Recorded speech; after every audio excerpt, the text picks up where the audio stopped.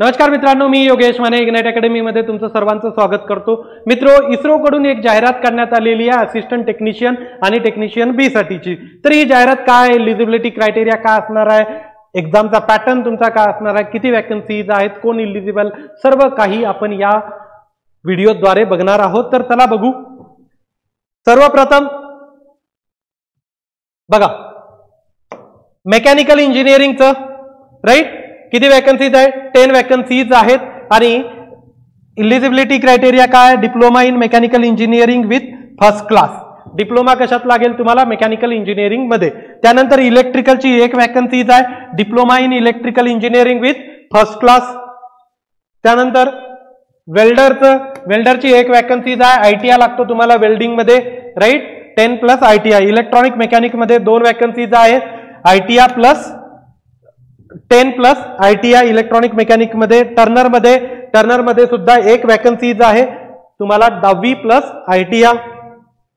त्याचसोबत mechanic auto electrical and electronic एक vacancies आहे राईट, आयटीआय लागेल तुम्हाला mechanic auto electrical and electronic trade. त्यानंतर फिटरच्या 5 वॅकन्सीज आहेत, इथं सुद्धा फिटर मध्ये तुम्हाला आयटीआय लागेल। सॅलरी खूप तगडी आहे बरं का, सॅलरी बघा तुम्ही क्लिअर। टेक्निशियनला गेले, टेक्निशियन बी ला जर गेले तुम्ही तर किती आहे, 21,700 ते 69,100चा बेसिक पे आहे।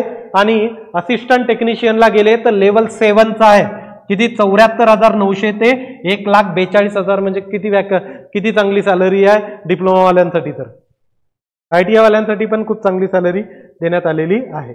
त्यानंतर मशिनिस्टची एक वॅकन्सीज आहे, इथं सुद्धा तुम्हाला आयटीआय प्लस 10वी प्लस आयटीआय क्लिअर।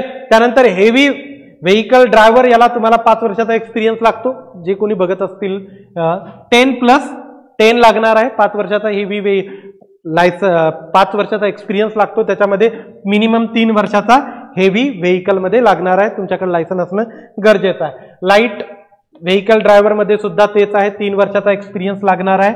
त्यानंतर 10वी तुमचा लायसन असणं गरजेचं आहे। कुकचं सुद्धा तसंच आहे, 10वी लागते आणि 5 वर्षाचा एक्सपिरियन्स लागतो।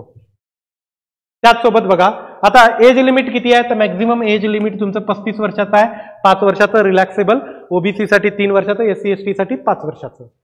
आणि कुठपर्यंत काउंट होईल, तर 10 सप्टेंबर पर्यंतची ड्यू डेट दिलेली आहे, या डेटवर तुमचं एज लिमिट हे आहे कॅल्क्युलेट केलं जाईल।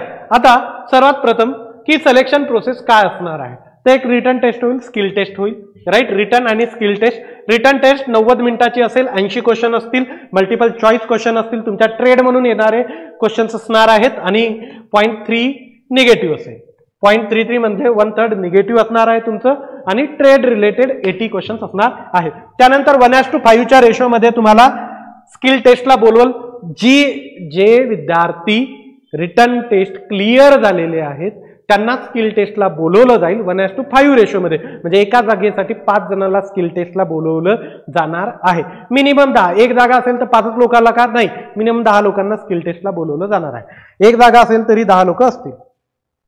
आता बघा, याच्यामध्ये पासिंग क्रायटेरिया सुद्धा दिलेला आहे। अनरिझर्व्ह कॅटेगरीसाठी रिटन टेस्ट मध्ये आउट ऑफ 80 तुम्हाला किती लागतात, 32, आणि स्किल टेस्ट मध्ये तुम्हाला 50% मार्क असणं गरजेचं आहे। कॅटेगरीमध्ये आउट ऑफ 80 24 लागतात, आणि इथं 100 पैकी 40 लागतात स्किल टेस्ट मध्ये। अप्लाय करायची लास्ट डेट कधी आहे, तर 10 सप्टेंबर दुपारी 2 वाजता क्लोज होणार आहे, लक्षात घ्या। 14 म्हणजे काय, 2च होतात ना रे मित्रो राईट, तर दुपारी आम्हाला सवय राहते 5ची, पण कधी होणार आहे, दुपारी 2 वाजता क्लोज होणार आहे क्लिअर। तर हे झालं इस्रोचं जे नोटिफिकेशन आलं ते तुमच्यापर्यंत पोहोचून दिलं। असे सर्व नोटिफिकेशन तुमच्यापर्यंत पोहोचत जाईल।